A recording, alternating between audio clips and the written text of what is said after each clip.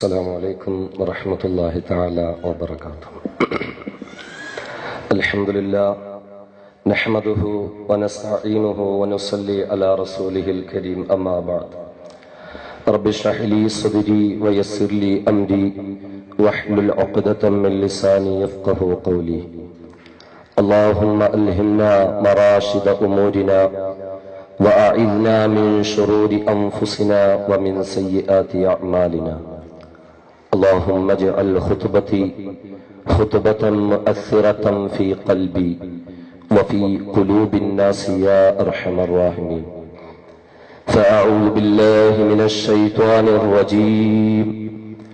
بسم الله الرحمن الرحيم.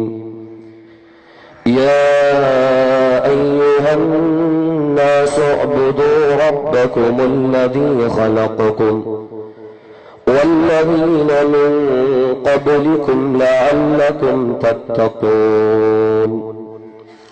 صدق الله مولانا العظيم. اللهم إنا نجعلك في نحورهم ونعوذ بك من شرورهم. ഈ ഒരു മഹത്തായ വിജ്ഞാന ആത്മീയ സദസ്സിൽ സന്നിഹിതരായിരിക്കുന്ന ബഹുമാനാദരവുകൾ നിറഞ്ഞ മഹാസ്വാമി മുനിമാർ, ഈ വിനീതനെ ശ്രവിക്കുന്ന സ്നേഹം നിറഞ്ഞ എന്റെ പ്രിയപ്പെട്ട സഹോദരി സഹോദരന്മാരെ, ആത്മീയത നിറഞ്ഞു നിൽക്കുന്ന, ദൈവത്തിലേക്ക് അലിഞ്ഞു ചേരാൻ, ദൈവമാകുന്ന പരബ്രഹ്മത്തെ അടുത്തറിയാൻ അതീവ താല്പര്യത്തോടുകൂടി, അതിനേക്കാളേറെ ആഗ്രഹത്തോടുകൂടി ഒന്നു ചേർന്നവരാണ് നാം ഓരോരുത്തരും. സത്യത്തിൽ ആത്മീയതയില്ലാത്ത ഒരു ജീവിതം അത് നാശത്തിലേക്കുള്ള ജീവിതമാണ്. ആത്മീയതമില്ലായ്മ മനുഷ്യനെ അധർമ്മത്തിലേക്കും അക്രമത്തിലേക്കുമാണ് കൊണ്ടെത്തിക്കുന്നത്. ദൈവവിശ്വാസമില്ലാത്തവൻ, ദൈവത്തിന്റെ സാമീപ്യം കൊതിക്കാത്തവൻ, അവന് മാത്രമേ ലോകത്ത് അധർമ്മത്തിന്റെയും അക്രമത്തിന്റെയും വ്യക്താവായി മാറാൻ കഴിയൂ. ദൈവനിഷേധികൾ ദൈവത്തിൻ്റെതായ സർവേശ്വരന്റേതായ സർവ സൃഷ്ടികളെയും നിഷേധിക്കുന്നവരാണ്. ദൈവനിഷേധി ഈ പ്രപഞ്ചത്തിൽ കാണുന്ന സർവേശ്വരന്റെ സകലവിധ അത്ഭുതകരമായ പ്രവർത്തനങ്ങളെയും നിഷേധിക്കുന്നവനാണ്. നമുക്കറിയാം, ഇന്ന് ലോകത്ത് നിലവിൽ നിൽക്കുന്ന ഒരു വലിയ സിദ്ധാന്തമാണ് ഡാർവിന്റെ പരിണാമ സിദ്ധാന്തം.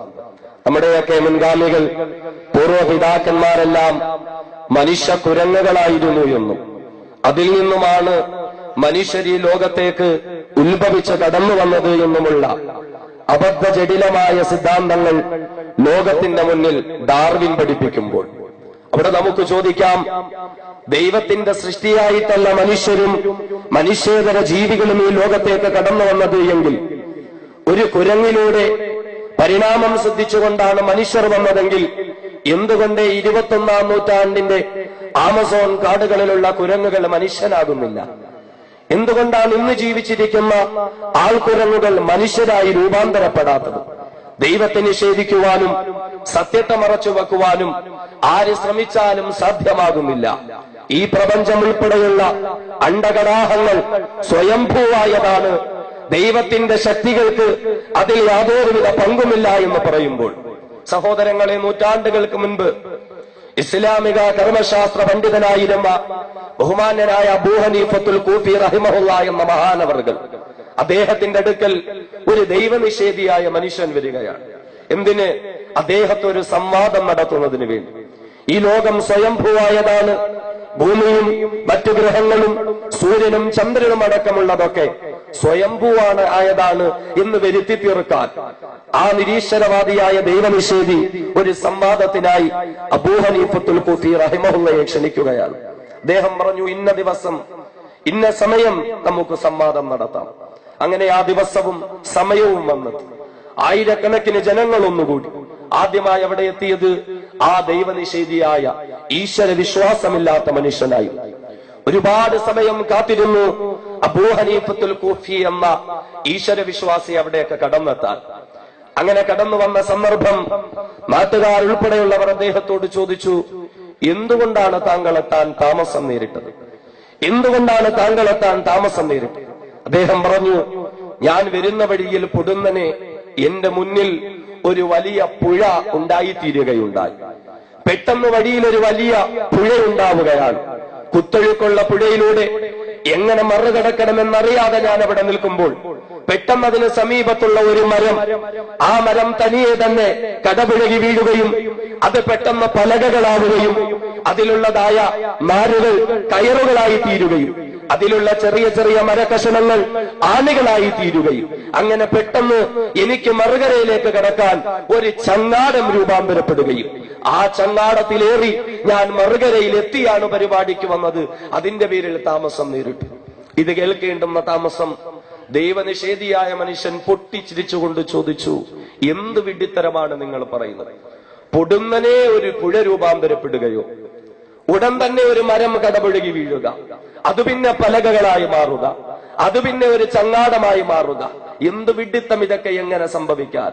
അദ്ദേഹം പറഞ്ഞു, ശരി, ഒരു പുഴയുണ്ടായി, ഒരു മരം വീണു, പലകകളായി, ചങ്ങാടമായി എന്ന് പറയുന്ന അബൂ ഹനീഫ ഒരു വിഡ്ഢിയാണ് എങ്കിൽ സൂര്യനും ചന്ദ്രനും നക്ഷത്രങ്ങളും ഭൂമിയും ഗോളങ്ങളും പർവ്വതങ്ങളും സമുദ്രങ്ങളും കോടാനുകോടി ജീവജാലങ്ങളും പൊടുന്നനെ ഒരു ദിവസം പെട്ടെന്നുണ്ടായതാണ് എന്ന് പറയുന്ന നിരീശ്വരവാനായ താൻ അതിനേക്കാളും വലിയ വിഡ്ഢിയല്ലയോ? സഹോദരങ്ങളെ, ദൈവവിശ്വാസമില്ലാത്തവൻ, അവൻ ആത്മീയ ബോധമില്ലാത്തവൻ, അവൻ തന്നെയാണ് നാശത്തിന്റെ വക്താവ്. ദൈവത്തിൽ വിശ്വാസമില്ലാത്തവൻ ആത്മസംതൃപ്തിയില്ല, അവനാണ് ആത്മഹത്യയിലേക്ക് പോകുന്നവൻ, അവനാണ് മദ്യപാനത്തിലേക്ക് പോകുന്നവൻ. പ്രിയപ്പെട്ട പ്രവാചകർ പഠിപ്പിച്ചു, ഒരു സത്യവിശ്വാസിയെ സംബന്ധിച്ചിടത്തോളം അവനൊരു ബുദ്ധിമുട്ട് വന്നാൽ, അവന്റെ ജീവിതത്തിൽ ഒരു പ്രയാസം വന്നാൽ അവൻ തിരിയും അവന്റെ ദൈവത്തിലേക്ക്, അവന്റെ ഈശ്വരനിലേക്ക്, അവന്റെ പടച്ചവനിലേക്ക്. ഇതെന്റെ പടച്ചവൻ, എന്റെ സൃഷ്ടാവിനിക്ക് നൽകിയതാണ് എന്ന് കരുതി അവൻ ക്ഷമിക്കും. അവൻ ആത്മഹത്യ ചെയ്യില്ല, അവൻ മദ്യപിക്കാൻ പോവില്ല, അവൻ നിരാശയോടുകൂടി ജീവിതം അവസാനിപ്പിക്കില്ല. അതേപോലെ തന്നെ അവനൊരു സന്തോഷം വന്നാൽ അവിടെയും അവൻ ഈശ്വരനിലേക്ക്, സർവലോക സംരക്ഷകനിലേക്ക് മടങ്ങും. എന്റെ ഈശ്വരൻ എന്റെ സ്രഷ്ടാവാണ് എനിക്കിത് തന്നത് എന്ന് തിരിച്ചറിഞ്ഞ് സന്തോഷിക്കാൻ നമുക്ക് കഴിയും. അത് തന്നെയാണ് ഈശ്വര വിശ്വാസികൾക്കുണ്ടാകേണ്ടത്. ഈ ഒരു ഈശ്വര വിശ്വാസം വിശുദ്ധമായ ഖുർആൻ എന്ന് ഞാൻ പറയുമ്പോൾ മുസ്ലിമീങ്ങൾക്ക് മാത്രം മുസ്ലിമീങ്ങളുടെ ദൈവം അവതരിപ്പിച്ചു കൊടുത്ത ഒരു ഗ്രന്ഥമല്ല ഖുർആൻ. എല്ലാവർക്കും അങ്ങനെ ഒരു ധാരണ. ഖുർആൻ തന്നെ പറഞ്ഞത്, ഖുർആൻ എന്നാൽ ഹുദൽ ലിന്നാസ്, സർവകോടി മനുഷ്യ മക്കൾക്കും സന്മാർഗമാണ് ഖുർആൻ. അത് മുസൽമാനും പഠിക്കണം, ഹൈന്ദവനും പഠിക്കണം, ക്രൈസ്തവനും പഠിക്കണം, സകല സത്യാന്വേഷികളും പഠിക്കണം വിശുദ്ധമായ ഖുർആൻ. ആ ഖുർആൻ ലോകത്തോട് വിളിച്ചു പറഞ്ഞ ഒരു സത്യമുണ്ട്, യാ അയ്യുഹന്നാസ്, അല്ലയോ മനുഷ്യരെ. മനുഷ്യരെയാണ് ഖുർആൻ വിളിച്ചത്, മുസ്ലിമിനെയല്ല. മനുഷ്യരെ വിളിക്കുകയാണ് ഖുർആൻ. യാ അയ്യുഹന്നാസ് ഉഅ്ബുദൂ റബ്ബകുമുല്ലദീ ഖലഖകും, നിന്നെ സൃഷ്ടിച്ച നിന്റെ ഈശ്വരനെ നീ തിരിച്ചറിയുക. മുസ്ലിമിന്റെ ദൈവത്തെ ആരാധിക്കാൻ ഖുർആൻ പറയുന്നില്ല. നിസ്കരിക്കുന്നവന്റെയും നോമ്പ് പിടിക്കുന്നവന്റെയും ഹജ്ജ് ചെയ്യുന്നവന്റെയും ദൈവത്തെ ആരാധിക്കാനല്ല ഖുർആൻ പറഞ്ഞത്, മറിച്ച് ഉഅ്ബുദൂ റബ്ബകുമുല്ലദീ ഖലഖകും, നിങ്ങളെ സൃഷ്ടിച്ച, നിങ്ങൾക്ക് കണ്ണ് തന്ന, നിങ്ങൾക്ക് മൂക്ക് തന്ന, നിങ്ങൾക്ക് കാത് തന്ന, നിങ്ങളെ ഒരു പരിപൂർണ സൃഷ്ടിയായി രൂപാന്തരപ്പെടുത്തി അമ്മയുടെ വയറ്റിലൂടെ ലോകത്തിലേക്ക് കടത്തിക്കൊണ്ടുവന്ന നിങ്ങളുടെ ദൈവം, ആ ദൈവത്തെ നിങ്ങൾ തിരിച്ചറിയുക, ആ ദൈവത്തെ നിങ്ങൾ ആരാധിക്കുക. ആ ബ്രഹ്മമാകുന്ന സത്യത്തിലേക്ക് കടന്നു പോകാൻ നിങ്ങൾക്ക് കഴിയുക.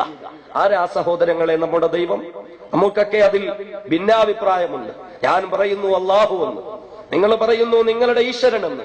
ഒരു ക്രൈസ്തവ സഹോദരൻ പറയുന്നു അത് യഹോവയാണ്, അല്ലെങ്കിൽ മറ്റു പല ദൈവങ്ങളാണ്. ആരാ നമ്മുടെ ദൈവം? ആ ദൈവത്തെ തിരിച്ചറിയാൻ നമുക്ക് സാധിക്കണം. ദൈവമാകുന്ന സത്യം, ദൈവമാകുന്ന സ്നേഹം.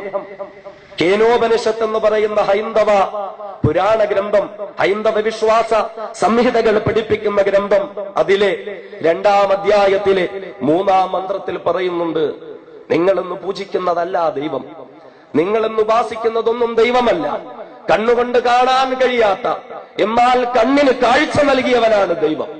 കണ്ണുകൊണ്ട് കാണാൻ കഴിയാത്ത, എന്നാൽ ആ കണ്ണിന് കാഴ്ച നൽകിയവരാണ് ദൈവം. അതാണ് പരബ്രഹ്മം. ആ ബ്രഹ്മത്തെയാണ് നിങ്ങൾ ഉപാസിക്കേണ്ടുന്നത്. എന്നാൽ നിങ്ങളൊന്ന് ഉപാസിക്കുന്നതൊന്നും ബ്രഹ്മമല്ല താനും. കേനോപനിഷത്ത് ലോകത്തോട്, ഹൈന്ദവ മത ദർശനങ്ങൾ വിശ്വാസിക്കുന്നവരോട് കേനോപനിഷത്ത് പഠിപ്പിക്കുകയാണ്. ഋഗ്വേദത്തിലെ ഒന്നാം ഖണ്ഡത്തിൽ തന്നെ നമുക്ക് കാണാം ഒരു മന്ത്രം. ആരാണ് ദൈവം? വരുണൻ എന്ന് പേരിട്ട് വിളിക്കുന്ന, മിത്രൻ എന്ന് പേരിട്ട് വിളിക്കുന്ന, അഗ്നി എന്ന് പേരിട്ട് വിളിക്കുന്ന, ഒരുപാട് പേരുകളിട്ട് വിളിക്കുന്ന ഏകനാണ് ദൈവം. ഏകനാണ് ദൈവം. അതെ, ദൈവം ഏകനെന്നാണ് ഹൈന്ദവ മത വേദ ഗ്രന്ഥങ്ങൾ പോലും പഠിപ്പിക്കുന്നത്. വിശുദ്ധമായ ഖുർആൻ പഠിപ്പിച്ചു, ഖുൽ, പറയുക പ്രവാചകരെ, ഹുവല്ലാഹു അഹദ്, അതെ, ഈശ്വരൻ ഏകനാണ്. എക്കം എവിധത്യം, എക്കം എവിധത്യം. എന്നെക്കാളേറെ നിങ്ങൾക്ക് ഇതൊക്കെ പറഞ്ഞു തരാൻ അർഹരായ മഹാമഹർഷിമാർ മുനിമാറിന്റെ മുന്നിലിരിക്കുകയാണ്. എക്കം എവിധത്യം. ഹൈന്ദവ വേദഗ്രന്ഥം പഠിപ്പിക്കുന്നു, ദൈവം ഏകനാണ്. നതസ്യ പ്രതിമാസ്ത്യ, ആ ദൈവത്തിനൊരു പ്രതിമയില്ല, ആ ദൈവത്തിനൊരു കോലമില്ല, ആ ദൈവത്തിനല്ലെങ്കിൽ നമ്മൾ കൽപ്പിച്ചുണ്ടാക്കുന്ന ഒരു രൂപമില്ല. നതസ്യ പ്രതിമാസ്ത്യ. ആ ഒരു ദൈവത്തെ കണ്ടെത്താൻ നമുക്ക് സാധിക്കട്ടെ. ആ ദൈവത്തെ പ്രസാദിക്കുവാൻ, ആ ദൈവത്തെ പൂജിക്കുവാൻ, അങ്ങനെ യഥാർത്ഥ ദൈവത്തിലേക്ക് കടന്നു ചെന്ന് ആ ദൈവത്തെ അംഗീകരിച്ച് അനുസരിച്ച് ആ ദൈവം നമുക്ക് നൽകുന്നതായ ജീവിതം. ഭാരത സംസ്കാരത്തിന്റെ പുരാണങ്ങളെയും അതേപോലെ തന്നെ വേദകാലത്തെയും പഠിച്ച ചരിത്രകാരന്മാർ പഠിപ്പിക്കുന്നു, ഭാരതത്തിലെ അടിസ്ഥാന ജനവിഭാഗമായിരുന്ന ദസ്യുക്കൾ, ആ ദസ്യുക്കൾ ഏകദൈവ വിശ്വാസികളായി. ഓം എന്ന് പറയപ്പെടുന്നതായ പദം എന്താണ്? ഓം എന്ന പദത്തിന്റെ അർത്ഥം കണിപ്പയ്യൂർ ശങ്കരൻ നമ്പൂതിരിപ്പാട് മലയാള സംസ്കൃത നിഘണ്ടുവിൽ പറയുന്നുണ്ട്, ഓം എന്ന പദത്തിന്റെ അർത്ഥം പോലും ഏകനായ ഒരു ദൈവത്തെ വിളിക്കാനുള്ള ഒരു ശബ്ദമാണ് ഓം. ഏകനായ ദൈവത്തെ വിളിക്കാനുള്ള ശബ്ദമാണ് ഓം. അതേ, അമ്പലങ്ങളിൽ നിന്ന് ഓം എന്ന് വിളിക്കുന്നതും ഏകനായ ദൈവത്തിലേക്ക്, പള്ളികളിൽ നിന്ന് അല്ലാഹു അക്ബർ എന്ന് പറയുന്നതും ഏകനായ ദൈവത്തിലേക്ക്, ആ ദൈവത്തെ അറിയാൻ, ആ ദൈവത്തെ പ്രസാദിപ്പിക്കുവാൻ, ആ ദൈവത്തിന് ഇഷ്ടപ്പെട്ട ജീവകാരുണ്യ പ്രവർത്തനങ്ങളിലേക്ക് കടക്കാൻ എന്റെ സഹോദരങ്ങളെ സർവ്വലോക സംരക്ഷകനായ തമ്പുരാൻ നമുക്ക് ഓരോരുത്തർക്കും സൗഭാഗ്യം നൽകുമാറാകട്ടെ എന്ന പ്രാർത്ഥനയോടെ, അതിനേക്കാളേറെ ഈ മത വേദഗ്രന്ഥങ്ങളിലൂടെ പരിപൂർണ മനുഷ്യനാകാനാണ് നമുക്ക് സാധിക്കേണ്ടത്. ഇസ്ലാമിനെ നിങ്ങൾ അടുത്തറിയേണ്ടുന്നത് എന്നെ പോലെയുള്ള അല്പജ്ഞാനികളായ മുസ്ലിമുകളെ കണ്ടിട്ടല്ല. അങ്ങനെ കണ്ടാൽ നിങ്ങൾ ഇസ്ലാമിനെ തെറ്റിദ്ധരിക്കും.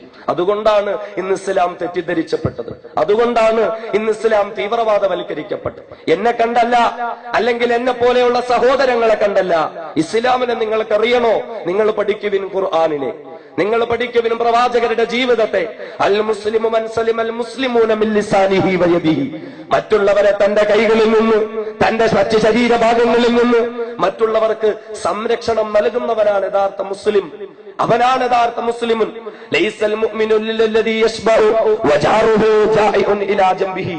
അയൽക്കാരൻ പട്ടിണി കിടക്കുമ്പോൾ വയറ് നിറച്ച് കഴിക്കുന്നവൻ ഒരു മുസ്ലിമേ അല്ല എന്ന് പ്രവാചകൻ നബി മുഹമ്മദ് മുസ്തഫ സ്വല്ലല്ലാഹു അലൈഹി വസല്ലമ തങ്ങൾ പഠിപ്പിച്ചു. ആരാണ് ഒരു അയൽക്കാരൻ?